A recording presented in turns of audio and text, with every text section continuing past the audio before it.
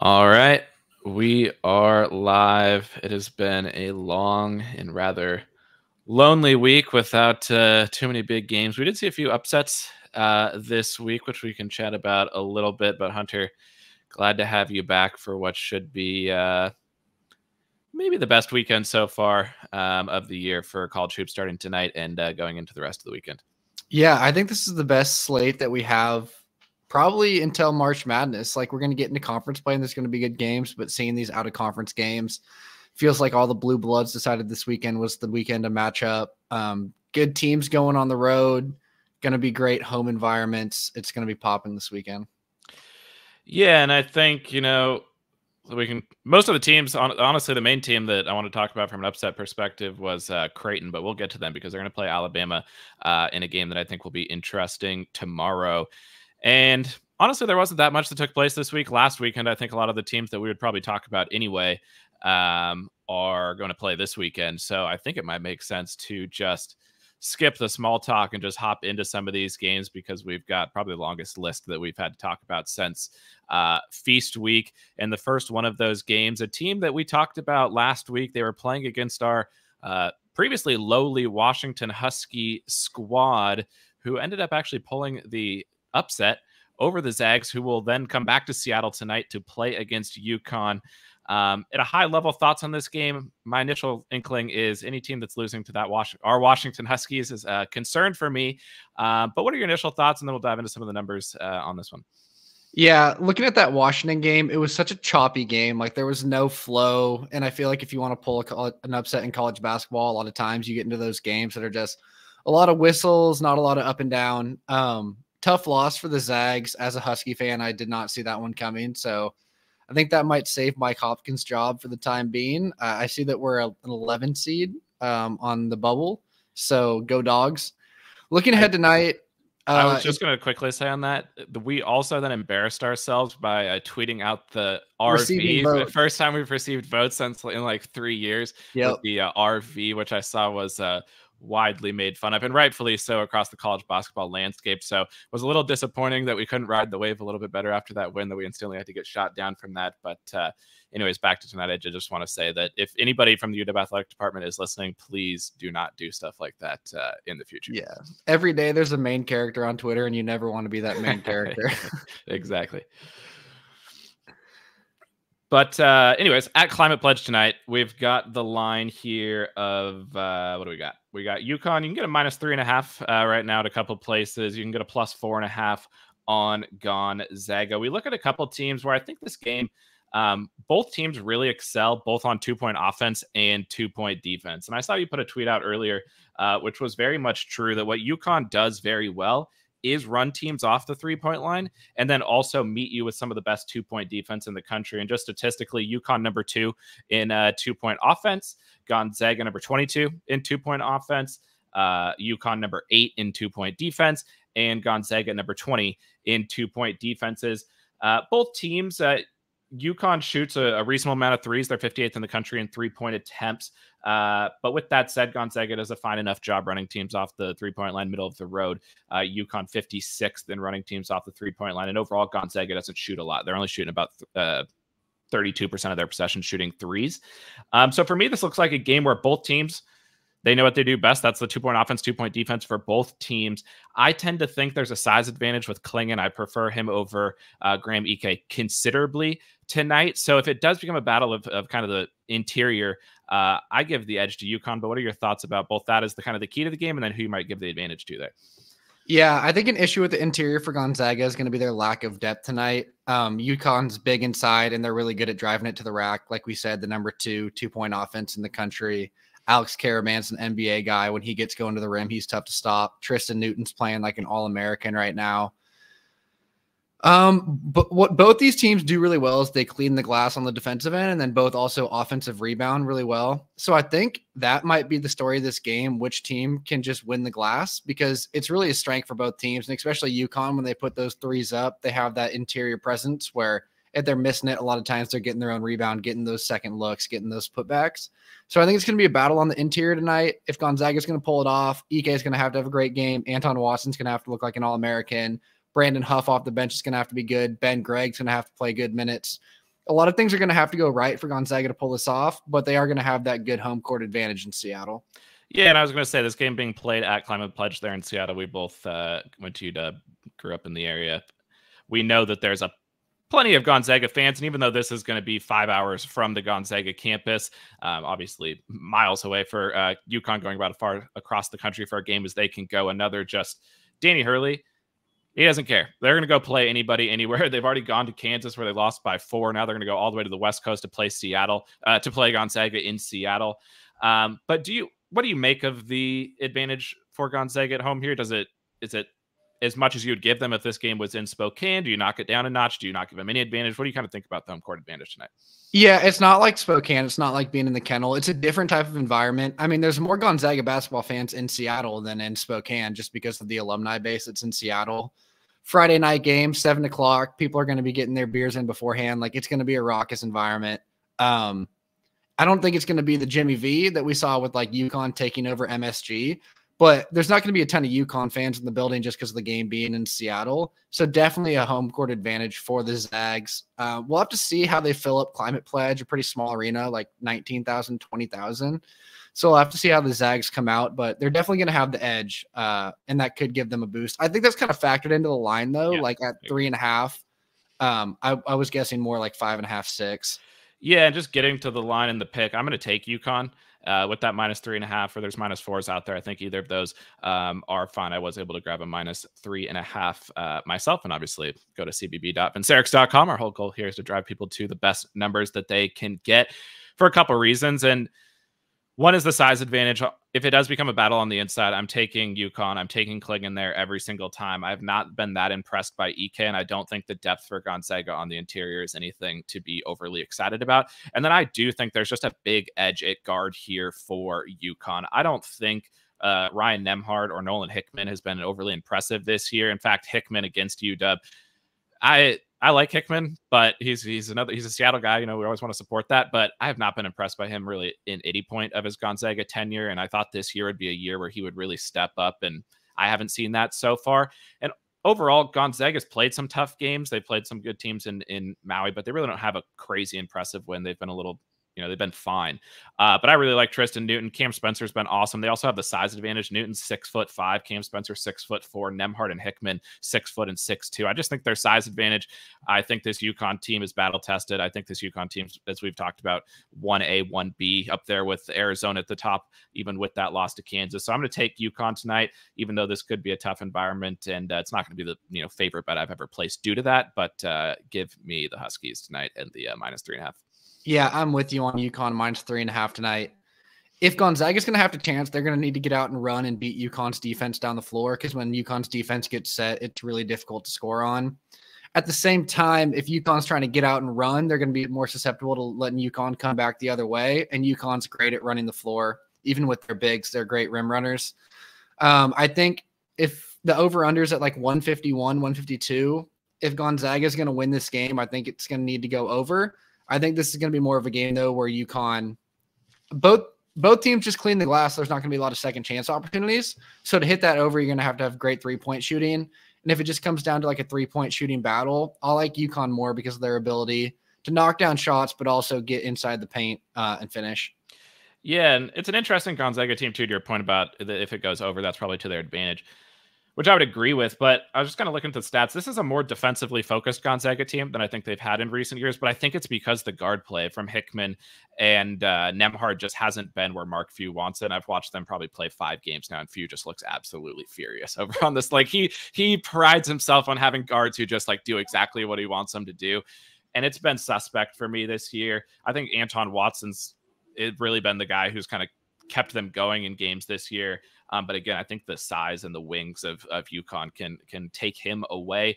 But should be a great game. Hopefully, our guy Dusty Stromer too. We need more from Dusty. I've been a little disappointed. They played him. They basically play him the whole game. Like he was in there down the stretch against UW. I think they just don't.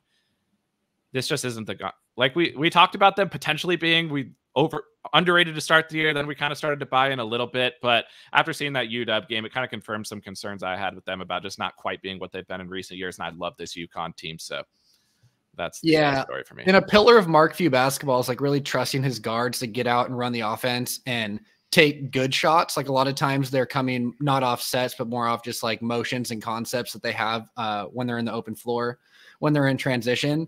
And we've seen like Mark Few's been absolutely fierce with some of the decision making, some bad shots that Nembhard and Nolan Hickman are putting up, some turnovers. It just doesn't quite look like one of those Gonzaga teams yet. Still time for them to turn it around.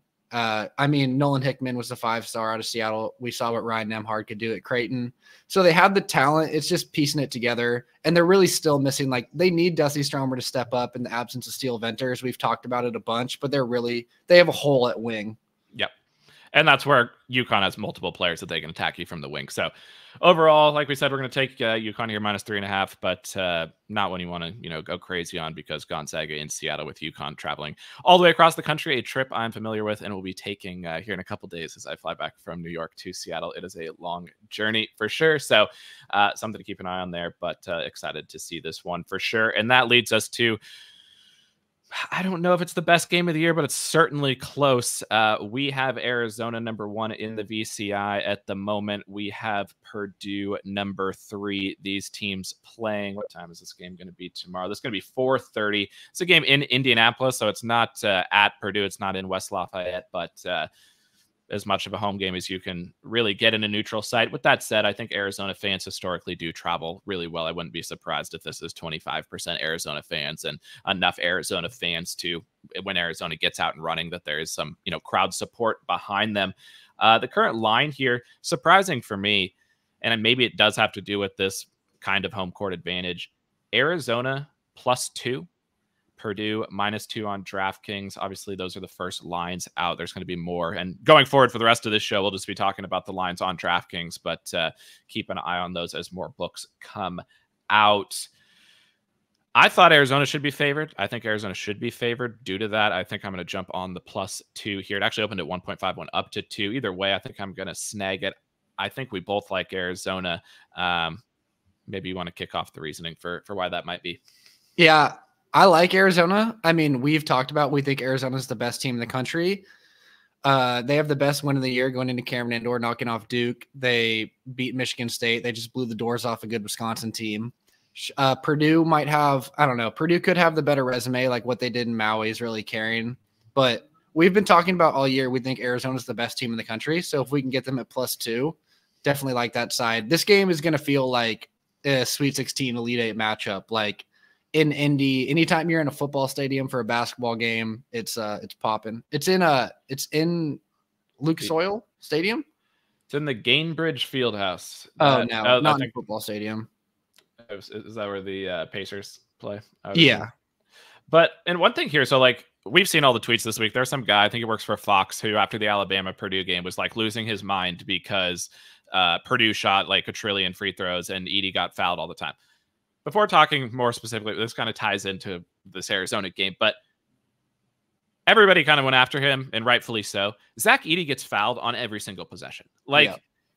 It's an impossible thing for the refs to do, but he gets fouled too. If they truly enforced the rules against Zach Edey the same way that they enforce the rules against every other player in college basketball, the other team would have no players to play the second half because everybody would have fouled out because they are fouling him every single time. And I think people, and it's reasonable, like I don't love watching Zach Edey play basketball. It's not like the most fun thing you've ever seen in your life, but it is fascinating from how much he dominates the game, and he is getting fouled a lot.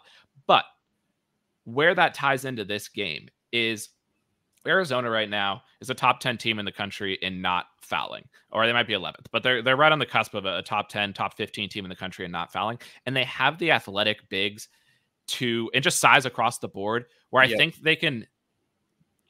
they're still going to get in more foul trouble probably than they have at any point this year. That's just going to happen against Purdue.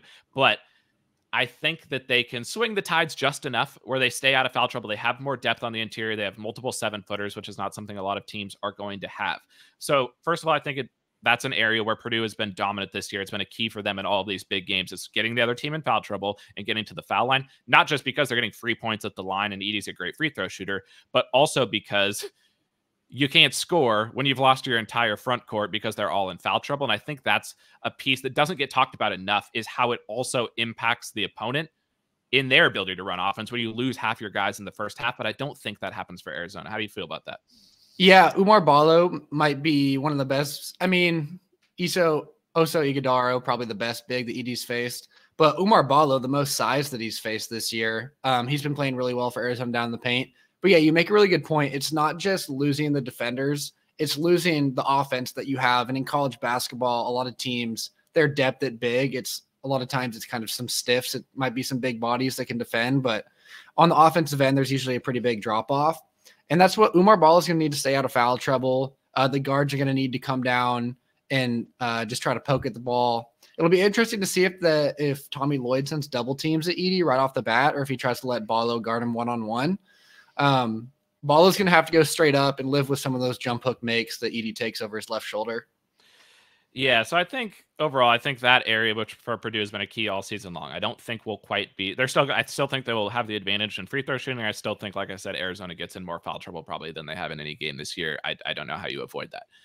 But the couple of areas that I also really like here for Arizona, Purdue's one of their big issues is they turn the ball over, open floor turnovers a lot. It's not just throwing the ball out of bounds or doing that. It's like Fletcher Lawyer is going to throw 3 or 4 balls just right to Caleb Love or somebody from Arizona in passing lanes. They're going to go get open layups. And it's 266th in the country, the Purdue offense is in open floor steal giveaways. Yeah. Arizona, 36th in steal percentage. So you've got, I think, multiple times Arizona is going to get some breakout layups. And we see that a lot against this Purdue team. And it's been one of their issues in these games that they've lost in March and things like that, is these open floor turnovers. And then also the Purdue defense, because of Edey on the inside, relies a lot on making teams shoot 3-pointers. Arizona, one of the best 3-point shooting teams in the country, and they've got a variety of guys who can beat you from there. I just think this Arizona team is a bad matchup for this Purdue team. Yeah, one thing that Purdue's guards have struggled with is athletic guards on the other side of the ball, and Arizona's loaded with talent. Caleb Love, Kylan Boswell, one of the most athletic backcourts in the country. It's going to be a big test for Braden Smith and Fletcher Lawyer. A lot of people have said that they struggle with that size and athleticism. So we'll see. We'll see how I think that's really why I favor Arizona in this matchup is the backcourt play. I trust Boswell and Love to get the best of Smith and Lawyer. So that's why I love the Cats +2. Yeah, and the other piece here, we talked about this last before the Wisconsin game when we called for the blowout against Wisconsin and we got it down there at McHale. Different story, obviously, in the environment this week. But one thing you called out there that I thought was an excellent point is Arizona, best defensive rebounding team in the country, and they love to push. So they're getting that ball off the glass and they're running. If they can get the ball and get down the floor before Edey can get back on defense, well, the pillar and the cornerstone of the Purdue defense is having him on the interior. I think it's just, and this is going to be the game plan from Tommy Lloyd. It's going to be, let's get the ball and let's push before Edey can get down there and get set up. And that just adds to the reasons why I think this is a bad matchup for Purdue. Again, you're talking about great teams here. This Purdue team, I think, is obviously improved over where they were last year. Braden Smith has improved a lot. Fletcher Lawyer has been a little disappointing for me so far this year. He hasn't necessarily taken the same step that Braden Smith has. So I like Purdue. I think they're going to be good this year. I think I'm still higher on Purdue than maybe what the national consensus is just because of what's happened to them in March. I think they're on somewhat of a Virginia trajectory where they're going to be a lot better this year in March than they have been. But this is the type of team where I don't think it is a good matchup for Purdue. Yeah, and Tommy Lloyd from that Mark Few coaching tree, Arizona, just like Gonzaga, is at their best when they're getting out and running. So they're going to try to get out ahead of Purdue's defense. Arizona wants this game in the 80s. Yep, and we see that. What's the over-under here? It is 160. So we should be getting points in this one, but a fantastic matchup, 4:30. If you haven't been watching college basketball this year, maybe you've been watching a little bit, you've been watching college football, NFL, this is the type of game where it's going to be an awesome atmosphere because it's that you're going to get the big gym because they're playing at the Pacers gym, but you're also going to get the Indiana crowd, or the Purdue crowd there in Indiana. But the Arizona fans, they tend to travel well. 4:30, what a perfect time for a game. You can get up, do stuff earlier in the day, then watch the game, and then you still got the whole after the evening to do whatever else you want. So expect a lot of eyes on this one. It's on Peacock. That's what's going on with that. That's whoever's in charge of that, we don't need the best game of the year in college basketball on Peacock. Yeah, I can assure you I'll be on Buff Streams on Reddit for that one. So a little bit buzzkill at the end, but so far we've got UConn -3.5 and Arizona +2. And now we get into this range of a lot of games that are kind of equal level. None of them anywhere close to, I think, Arizona Purdue, but a lot of solid games. A lot of like games you'd expect in the round of 32 or maybe Sweet 16 tournament level. implications for sure. For sure. And a lot of these teams getting some of their final tests in before conference season really gets going too. And a lot of teams kind of were off. Like we said this last week, there's finals. Some teams will take time off around the holidays. So for a variety of different teams, some of their last big non-conference matchups. And the first one I want to talk about is an Alabama team that we have as number 11 in the VCI against Creighton, who is still at number 7. That's because we keep some of the AP polls and things like that in the rankings until they update on Monday. We might be switching some of that stuff because honestly, I don't like seeing Creighton in our top 10 at the moment. After they drop a game to UNLV. The Big East, I mean, it was semi-away. They were playing in Vegas against UNLV, but this UNLV team's nothing special at all. I mean, their best win before that was against the 100th ranked team in Akron. It's starting to look like the top of the Big East is just UConn and Marquette, and then we don't really know what to expect from Villanova and Creighton on any given day. Yeah, we talked about drawing the line underneath Villanova with the top 4, but I think that line's pretty quickly moved to UConn and Marquette, the top 2. And then in that second tier, like I think Providence and Butler are really going to have an opportunity. Yeah. Villanova and Creighton are looking shaky, and I think Providence and Butler, like they've looked pretty good.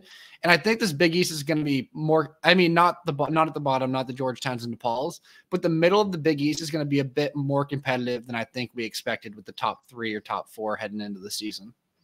Yep, I'd agree with that. And this game being played, what time will this one be at tomorrow? This will be an 8 o'clock, a night game there in Omaha. At Creighton, always a tough environment for sure. And it's worth noting that those 2 losses for Creighton this year to Colorado State and UNLV, both games that really weren't even close. Both losses there to teams at the upper mid-major level. Those were both neutral or semi-away games. So they've done a nice job on their home court. I guess Iowa being the best team that they've played at home. So it's not like they've done anything amazing. And then we've got this Alabama team who they looked good against Purdue. They obviously got in a ton of foul trouble in the front court. That's not really where their area of expertise, I guess, would say. This is a team that is living and dying by the three-pointer this year. Mark Sears is casting them, but he is draining threes, 51%. He could not miss against Purdue last weekend. And then they've got Grant Nelson. He transferred in from North Dakota State. He's a kind of a point forward center type of player. This Alabama team still really highly ranked by the computers, but we haven't seen those results yet. And for that reason, I think this is interesting. All these different dynamics. You've got the Alabama team that still looks good on paper, but doesn't have a great win. You've got this Creighton team who was super hyped coming into the season and has really let us down so far. And we get a line of -5 for Creighton, +5 on Alabama. I marked this one down as I want to wait and see kind of how this line moves over the next 12 hours or so. But any initial thoughts just on this one and those lines? What is the over-under? It's going to be a lot. 164. Yeah, 164. I mean, 2 teams that the computers love, I think, more than the eye test. Like, Creighton's really looked shaky. They're 0-2 against the Mountain West. I mean, Colorado State's a tournament team, but UNLV is not a tournament team. So just a surprising loss. This game's really just going to straight up come down to who can knock down their threes. Like, both teams let them fly. Both teams give them up. There's so much volatility in that. If I had a side, I'd probably take Creighton -5 at home. I think bounce back spot for them. Shots tend to fall at home. Alabama's just launching from deep. So I trust Creighton's 3-point defense. I would take Creighton in this one. Yeah, I agree with you. I marked down, I like Creighton. Watch the line and see where this. I'm hoping that, maybe we get people reacting to that poor Creighton losses and maybe this line shifts slightly in the Alabama direction. I don't know. It's also very possible that it goes the other way. So maybe I should grab the -5. I'm not going to commit to it just yet. But to your point on the 3-point defense, Creighton's the number 1 team in the country still at running teams off of the 3-point line. They're only surrendering 25% of opposing attempts from 3. Compare that to Alabama, who's solid. They're 145th in the country in taking away threes. And then on the 3-point, just defensive percentage, Alabama 231 in the country, Creighton 80. So there's definitely an advantage there in the sense that Creighton should be able to get Alabama off the 3-point line. It's just, it's still scary because I bet Purdue in that Purdue Alabama game, and Alabama just finds a way to get threes up, and they find a way to go in. So it's like they're a tough team to bet against. I don't have a sense of I want to bet Alabama. It's just like I'm kind of afraid of betting against them just because they launch and fire these threes and they can get toasty hot. Yeah, I think Alabama's going to be a team that's going to be tough to bet all year just because they launch the threes and the volatility. Like any team that plays the way they do, they can beat anyone, but they can also lose to anyone. And like we've seen them take some tough losses to open the year. And that's just how it goes. Definitely one of those teams that can be really dangerous in March, but can also go out there and put up a clunker in round one. Yeah, and another piece of the puzzle here, Alabama 19th in free throw attempts. Creighton first in not fouling on defense. Yep. So the Creighton defense is designed to take away the things that Alabama wants to do. Yep. But Alabama so far, at least from what I've seen and historically, finds a way to get to do what they want to do on offense, kind of no matter who they're playing against. So I think this is a very interesting matchup. Both teams, again, it's never must-win time in December. But if Alabama can pick one of these up, like we've said, they're still loved by the computers. They just haven't quite got a big win yet. But none of their losses are terrible. Their worst loss in the VCI is number 40, so it's not like anything awful has happened to them. But then if you're Creighton, you got to defend your home floor here. You've struggled out of the gates. This is a spot where if I had to pick who needs it more, I think it's Creighton. Yeah, Creighton needs it. Great opportunity for the Tide, but Creighton needs this one. Agreed. So stay away from me. Hunter likes Creighton there -5. I also like Creighton in this game. I think I may end up tomorrow or sometime today placing a bet on Creighton. I will post obviously on Twitter tomorrow morning. Any of these games that we don't take a side on, I'll probably have a tweet out tomorrow before the games start. And also on that point, get excited here coming soon on Vincerix. We're going to have the line tracking and all of that stuff, see how these lines move in real time, which is going to be pretty exciting. So the next one here, another team the computers love, and rightfully so. That is the Houston Cougars. They are 10-0. They are number 2 in the VCI. They are taking on Texas A&M. This game is neutral, but it's Toyota Center. Okay, so it's in Houston, but neutral site, but not a crazy long journey for the Texas A&M faithful, and there are loads of them in Houston. So I'd expect this to be a pretty true neutral site, neutral game. We know what Houston is. They are the best defense or close to the best defense in the country. You just look at it's funny to look at their defensive stats. It's like everything you would want to do to be an excellent defensive team. They do all of them. They're effective, second in effective field goal percentage, 21st in 3-point defense, 4th in 2-point defense, 3rd in turnovers, top 100 rebounding, 32nd in blocks. And then we've talked about this with them too. They allow almost the most assists in the country, but that's because the defense is designed to just not let anybody drive to the basket. Yeah, you can't get to the rack on them, and if you do, they have defenders waiting for them. Once again, Kelvin Sampson has one of the most athletic teams in the country.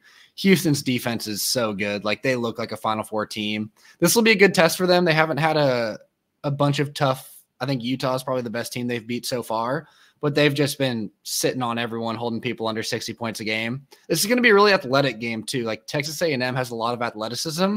So this is an exciting game. And then you mentioned Houston's like Texas A&M South. Like, there's no jobs in Aggie land, so you got to head down to Houston after you graduate. So it should be a great environment at the Toyota Center.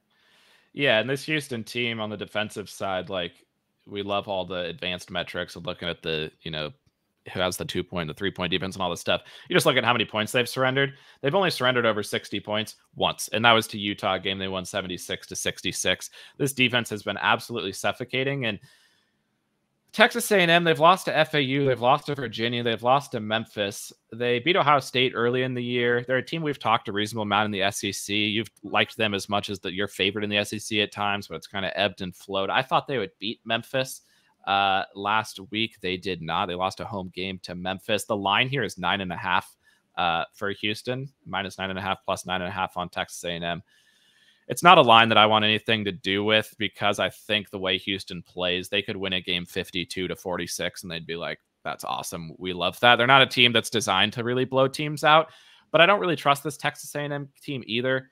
The over-under is 132.5. If anything, I'd like the under here. On that point, Houston's gone under in 80% of their games so far this year.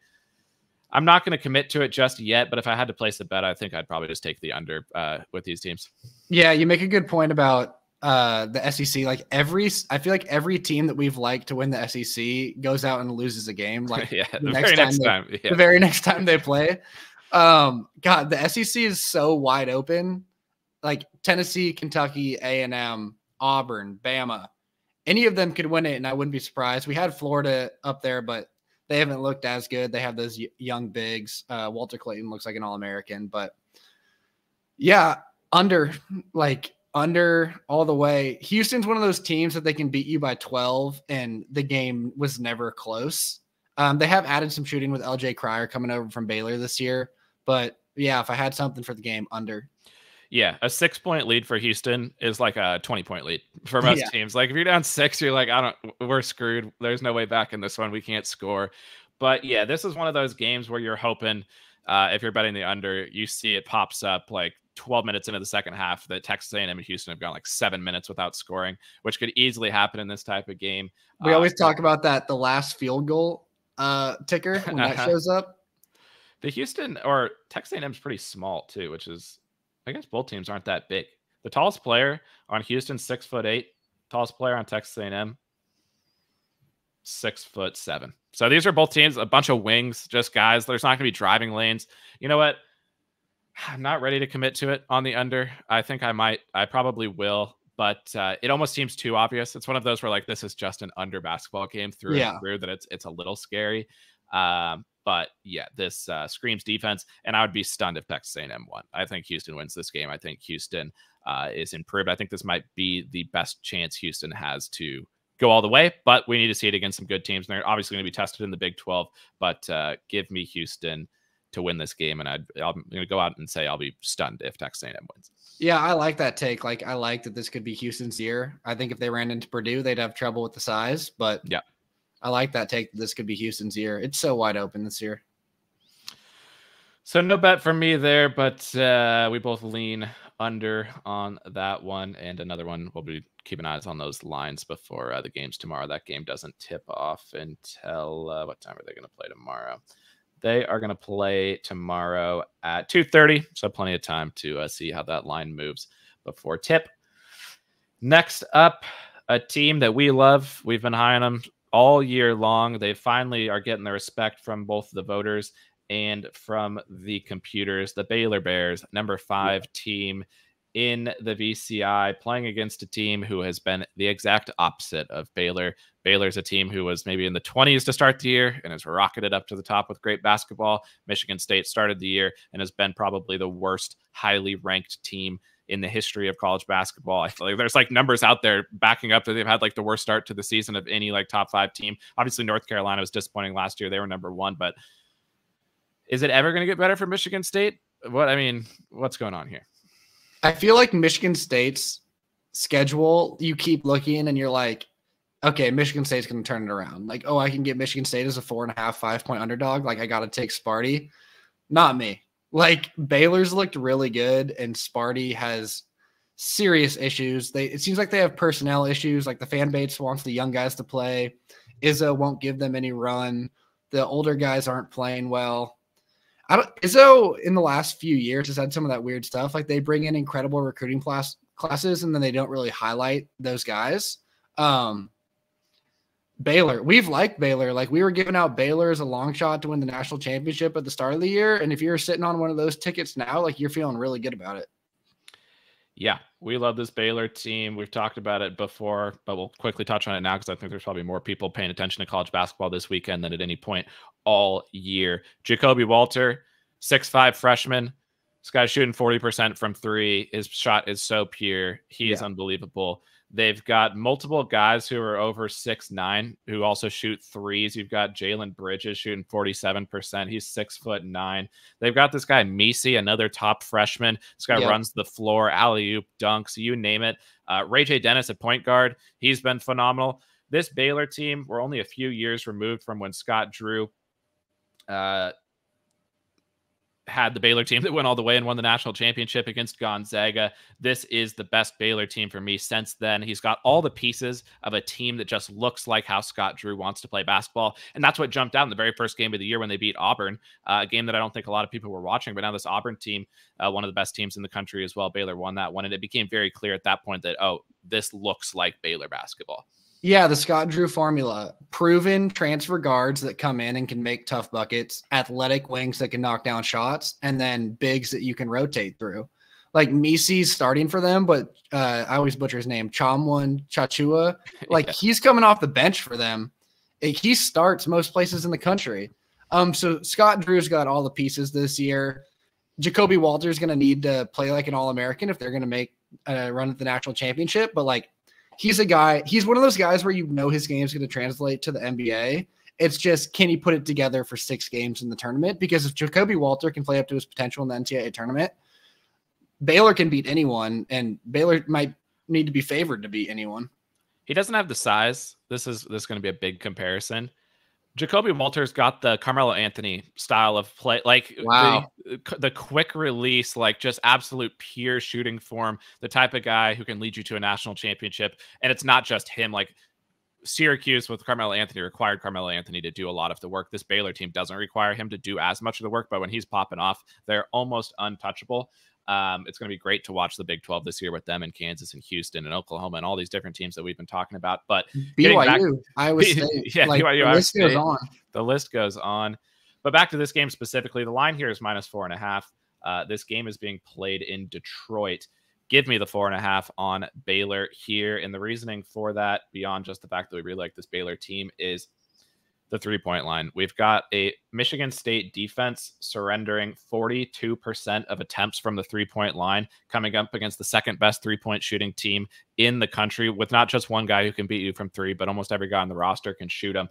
Michigan State, 312th in 3-point shooting. They don't even shoot that many threes. And if they do, Baylor's 3-point defense is top 40. Rebounding wise, you've got Michigan State Baylor 7th in the country in rebounding. So they're going to fire those threes. I think they're going to make a ton. And if they don't fall, I think they're going to grab a bunch of rebounds, get a lot of putback points. At some point, Michigan State is going to turn, like, I'm not ready to give completely up on Michigan State. They're going to have one of these games against a good team where they all play great and it all comes together and they win a game. And it's like, Michigan State is back. It's bound to happen. It could happen in this game, but I'm going to ride Baylor until Michigan State can prove me otherwise. Yeah, I like that. This is, when you look at Michigan State's schedule and you look at the Big Ten, this is one that they really need. Like, they're running out of opportunities and they're not going to get as many in conference as in typical years in the Big Ten. If they drop this, they're 4-6, still without a quality win. And all of a sudden you're looking at, like, you need to finish top 2 or 3 in the Big Ten to even get in. So Michigan State needs it. It's in Detroit, but give me Baylor. I agree. So add that to my tally so far. UConn -3.5, Arizona +2, Baylor -4.5. And next up, there's going to be 2 games. We'll just talk about these games back to back because they are both being played in Atlanta, I do believe. Yeah, they do this every year. Kentucky, North Carolina, UCLA, and Ohio State get together and play in some combination of those teams. This year, it's Kentucky, North Carolina, and UCLA versus Ohio State. The first one of those is actually UCLA versus Ohio State in the VCI. These teams, UCLA number 65, they're moving in the wrong direction. Ohio State number 26. And UCLA, we've talked about them a reasonable amount because they were down there in Maui. Their best win to this point of the season is 266 in the VCI. I'd have to look up who that was against, but their average win, 332. You look at Ohio State, they've beat the 11th best team. That was Alabama, I think. Their average win, 188. Like, UCLA's just done nothing yet so far this year, unfortunately. Yeah, UCLA, talented freshmen. A lot of people were high on them. They haven't put it together, and they've shown flashes, and they've been right there in these games, but they haven't been able to get over the hump. And another game, like, I think the line's 1.5 against Ohio State, and it's going to come down to the final possessions. And it's just going to be like, can UCLA, when they had Tiger Campbell and Jaime Jaquez, like, that team just learned how to win and Mick Cronin talks about that all the time, learning how to win down the stretch of games and play winning basketball. And UCLA hasn't figured that out yet. UCLA is going to get better as the year goes on, but I like Ohio State in this one.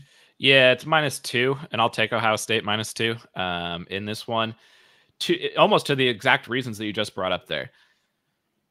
The UCLA offense under Mick Cronin, and we praise Mick Cronin on this podcast all the time. Also, quick aside, did you see his press conference after the Villanova game? Yeah. Really weird. Was it Richmond caught a stray? This guy played 4 years at Richmond.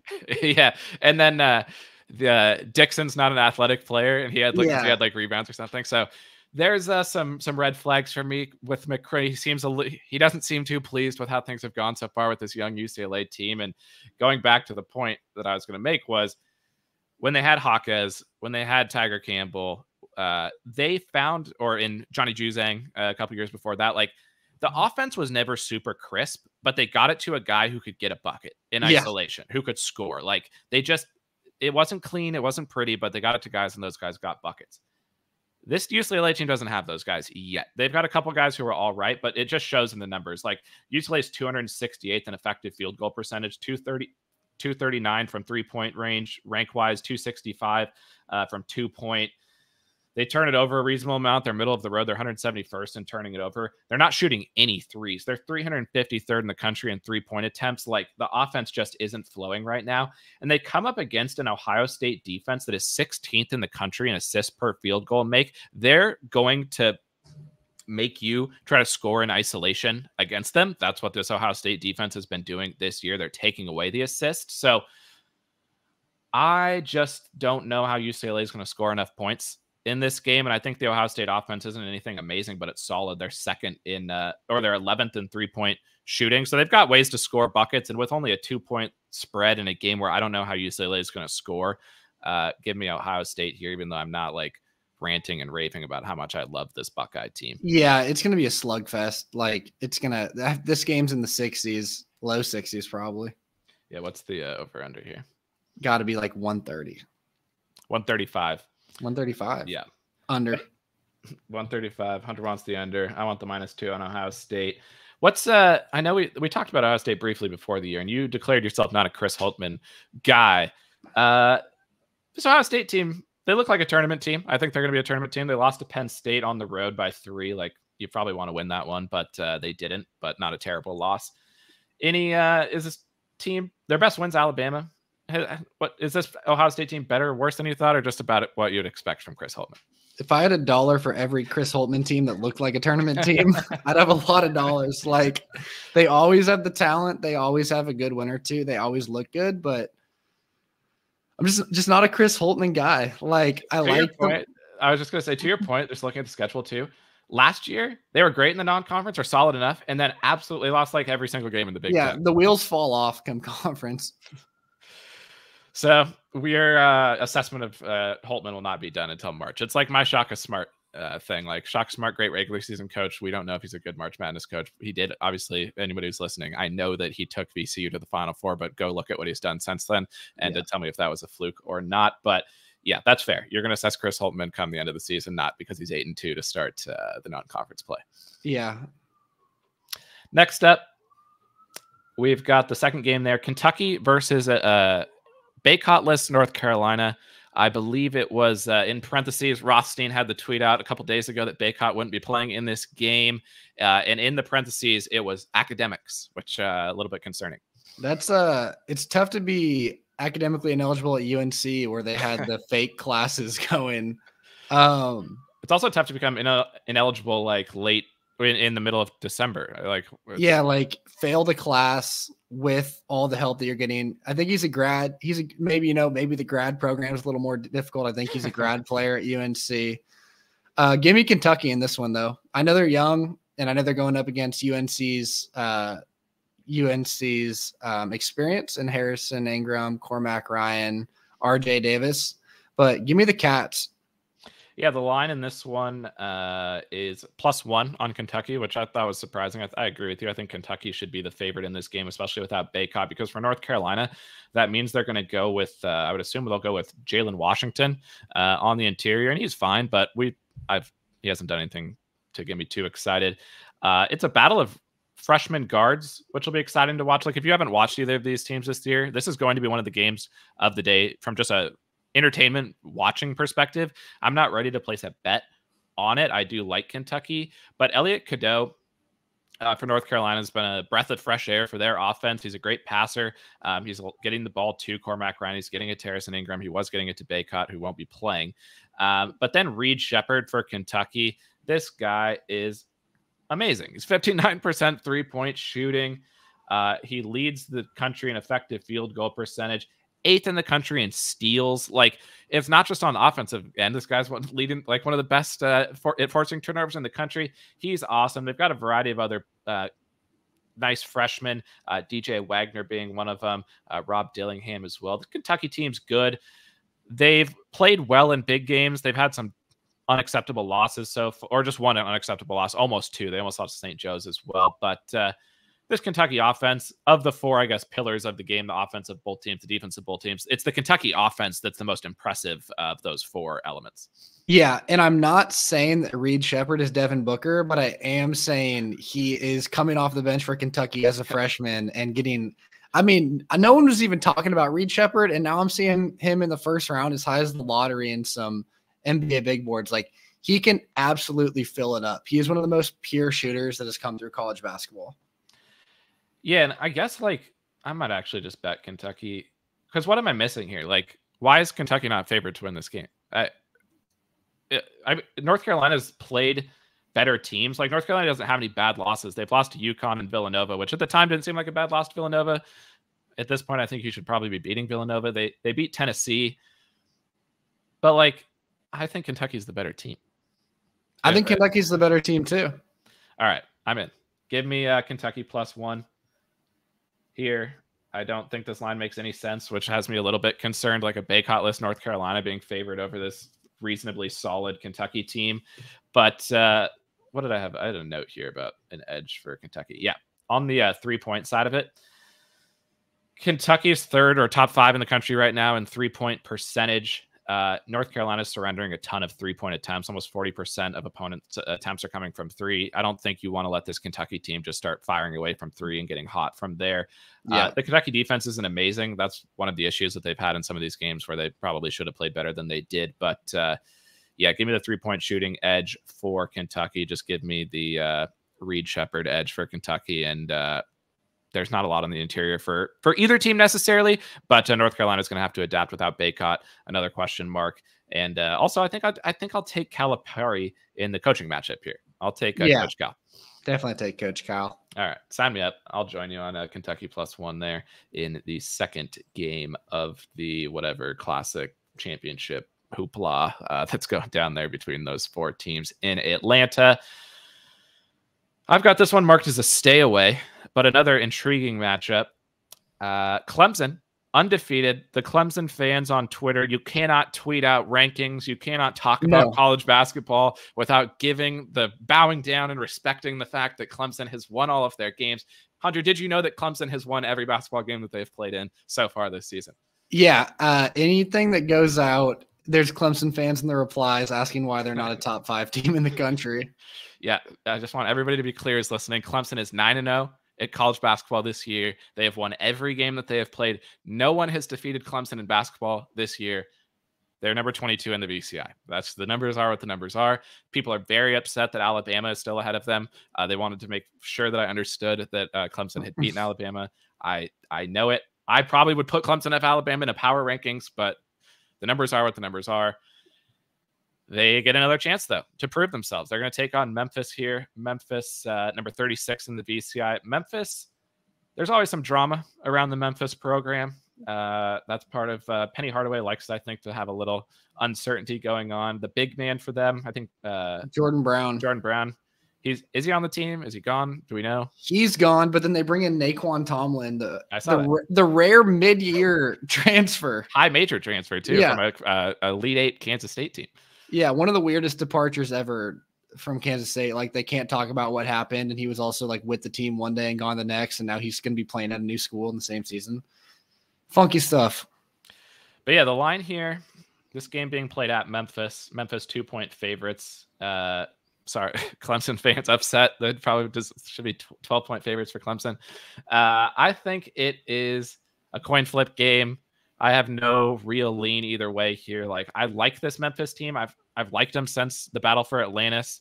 I think David Jones is one of the best players in the country, number 8 for Memphis. Check him out. He's great. He's shooting 40% from 3. And then they've got Quinterly and Mills. Like, I like the guard situation that Memphis has. So losing a big guy, even though they're getting, I guess, a big guy, doesn't scare me too much. And then Clemson, PJ Hall. This guy's legit. NBA. Number NBA 24 for Clemson. Ken Palm happens to be the 4th best player in the country. I don't know about that, but he's been fantastic. And he's kind of been the reason that they've been what they are. And then they also, the transfer, a guy I always liked at Syracuse, Girard. He's been the guard for them. Like, they've just got a solid team. I don't think they're amazing. I think like being ranked around the 20s is probably a fair spot for Clemson, but they're a winning ball club and they've got a All-American level player. Yeah, I will throw a bone out to the Clemson fans and say I think that Clemson deserves to be higher in the human polls, but the numbers are what the numbers are when it comes to computer rankings. And of course, those will get figured out as you get more data as the season progresses. So I'm sorry that they're lower in the VCI than Alabama. I'm sorry they're not a top 15 team. Don't blame us. Blame the numbers. Don't shoot the messenger. With that said, if they win this game, I think they're going to move up. This will be the moment where everybody looks and says, wow, Clemson went on the road and beat a good Memphis team. But if they lose, I think I'm not saying I'm going to say this. I think the media's going to say, well, there it was, this Clemson team. They weren't as good as we thought they were, which would not be a fair reaction. If you lose on the road at Memphis, as long as it's somewhat competitive, it's not going to change my opinion of Clemson. Like I said, I think Clemson's a solid team, but I don't think the fact they're undefeated makes me think they're like a Final Four contender. But it's going to be a pretty evenly matched game. I don't really have any statistics or numbers to point to about why I like one team or the other. I think both of these teams are tournament teams. I think they're both probably potential Sweet 16 teams, but should be a fun one to watch and always a good atmosphere there at the FedEx Forum. And they're another fan base that's really active on Twitter. I don't know. They keep showing up on my feed. They're like, you better be at the game or you're not a true Memphis fan. Like, be there or like you're dead to the program. So should be a fun one. They got a lot of time on their hands waiting for John Morant to come back. The Grizzlies looking like one of the worst teams in the league, so everyone's spending their hard-earned money on the Memphis Tigers this year. Nothing wrong with that. Should be a good one. That game at 3:00 on ESPN Plus. I don't understand. Like, what else is there anything else on TV tomorrow? Why do we have these games being played on Peacock and ESPN Plus? But that is, I guess, the life of a college basketball fan at this time of the year. I'm sure we'll get more televised games as the season progresses. And then the final one, we didn't plan this. This is going to be a perfect hour long podcast. The final one we wanted to talk about because we have the odds for it. There's some other good games, but Kansas, they're number 9 in the VCI. They probably should be a little bit higher. They're at Indiana. This game being played. It's a true road game. This game in Bloomington is going to be the first game of the day, 12:30 on CBS. Kansas favored by, where'd it go? 5.5, only favored by 5.5 here. This is a Kansas team who plays good when they need to play good, and they don't really care when they're playing against mid-level teams. We've seen that pretty much the whole year. But any thoughts? This Indiana team was undefeated or had one loss. I think they got 2 losses now. They lost to Auburn. They got blown out by Auburn. They got 2 losses now, but neither of them bad losses. Any thoughts on this one? Opportunity for Kansas to make a statement. A lot of people are questioning Kansas. A lot of people are asking if DeJuan Harris can be the star player and he can be the point guard. Indiana has not looked great to this point. Mike Woodson had another comment about their threes where he was like, we're not going to start taking more. We just need to make the ones we take. I think they're making like 3 threes a game. They're like 3 for 12, 3 for 13. Yeah, they're shooting 27% from 3, which is 343rd in the country, and they're only shooting, they're 359th in attempts. So like the 3-point line, they're playing basketball the way it was invented back there in Indiana. They're playing true. We're going to shoot the 2 points only for Mike Woodson, Indiana. Yeah, I don't think Indiana's got it this year. I like Kansas in this spot. I know it's testy to take a team on the road and lay the points, but I like Kansas. Yeah, I don't think I have a side in this one. I agree with you. Kansas should win this game. If anything, this line is probably a little low. Like, Kansas should be favored by a little bit more. I think this one could move in Kansas's direction. It's, what did I say? It was 5.5. Yeah, like this could go to 7 or 8, and I don't think that would be ridiculous. I just am a little afraid still this time of year betting teams on the road, especially in an environment like Assembly Hall. But this Kansas team, a lot of people like this is another computers versus humans thing. The human polls still really love Kansas. I saw most people have them like top 5 in their polls. They're number 9 in the VCI, and I think they're outside the top 10 in KenPom. So they haven't been as efficient as a top level team should be. But I think some of their numbers are impacted because, like we said, they show up when they need to show up. They haven't shown up when they don't need to show up. They still have arguably the top 3 to 5 starting lineups in the country, but then they don't have the depth.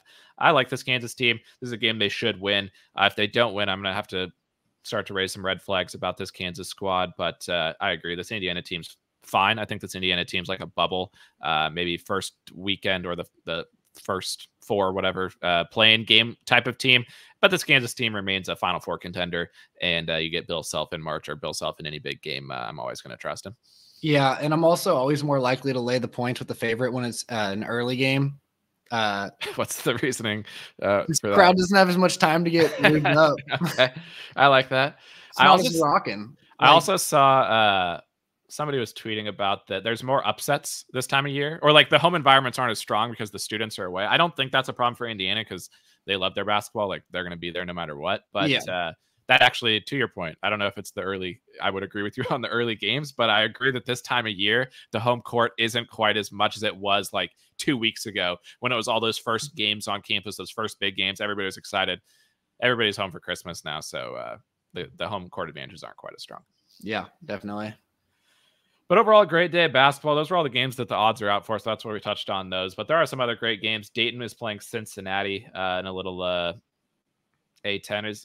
What is Cincinnati in these? Oh, they're in the Big 12. I forgot Cincinnati's in the Big 12. But yeah, A10. Dayton's still the best team in the A10, it looks like. So a good chance for them to pick up another big win before conference play. We've got San Francisco and Utah State. FAU's playing the Bonnies. I'm excited to see what that line is. I probably will be hammering FAU. We saw the Bonnies in person.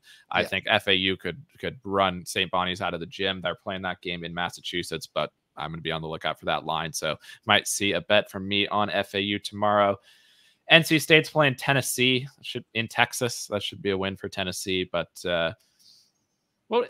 this Tennessee team's interesting. Like are they our favorite now in the SEC? It's almost a weekly segment. Who's our favorite team in the SEC? It might be Tennessee again. Like they've just played a lot of good teams, but they really haven't suffered any bad losses. Yeah, I think odds wise, I think they're like plus 270. I think they're still the favorite.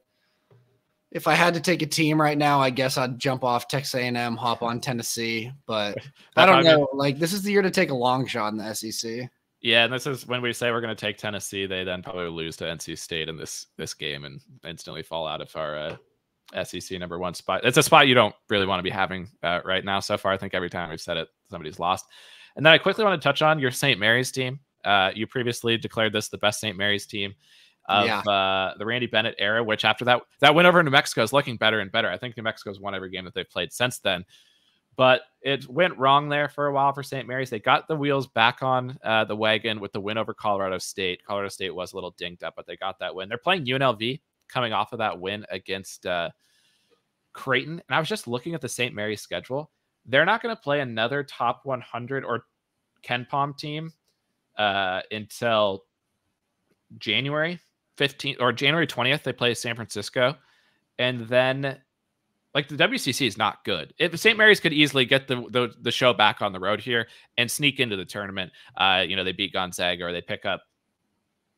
They've got wins over New Mexico and Colorado State. Like I still think there might be hope for your St. Mary's team, but they got to win this game against UNLV. They cannot lose. Yeah, they have to win against UNLV and they have to beat the Santa Claras and the Loyola Marymount's at home and on the road. Like they can't be dropping games to anyone. It's going to be a 2-bid WCC this year. SF's not what they usually are. LMU's not great.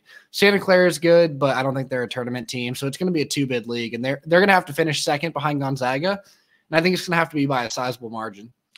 Yeah, and I don't even know if it's a 2-bid league. I think it's a Gonzaga's in for sure, and St. Mary's maybe is in, and maybe San Francisco if they did something. That's the thing about the WCC. If you beat Gonzaga, you always get it's worth infinity points in the bubble calculation. But that's also up to Gonzaga finishing strong here in non-conference play, or else that kind of loses its luster as well. But I just wanted to quickly note that there is a must-win game. This is a must-win game in December. Yep. It's for St. Mary's, and if they win, this is the best team ever. It's close to dead, but it's not entirely dead if they can beat UNLV here and get the show back on the road. Yeah, I need my guy Aiden Mahaney. They've just been struggling from three. Their 3-point numbers are terrible, and they're launching a ton of them. But that's one of those things where it could be a sample size thing. They got cold from three, but they could heat back up. So keep your eyes there. And then on Sunday, a couple of good games. Nebraska is going to play Kansas State. USC is going to head down to Auburn. I'll probably have a wager on Auburn. We've been making plenty of money on the Tigers so far this year. And then our Huskies back in action playing Seattle U, who's actually been solid in the WAC, a WAC that Grand Canyon has been dominant in so far. But Seattle U solid enough. So some good games on Sunday as well. But it's tonight and tomorrow.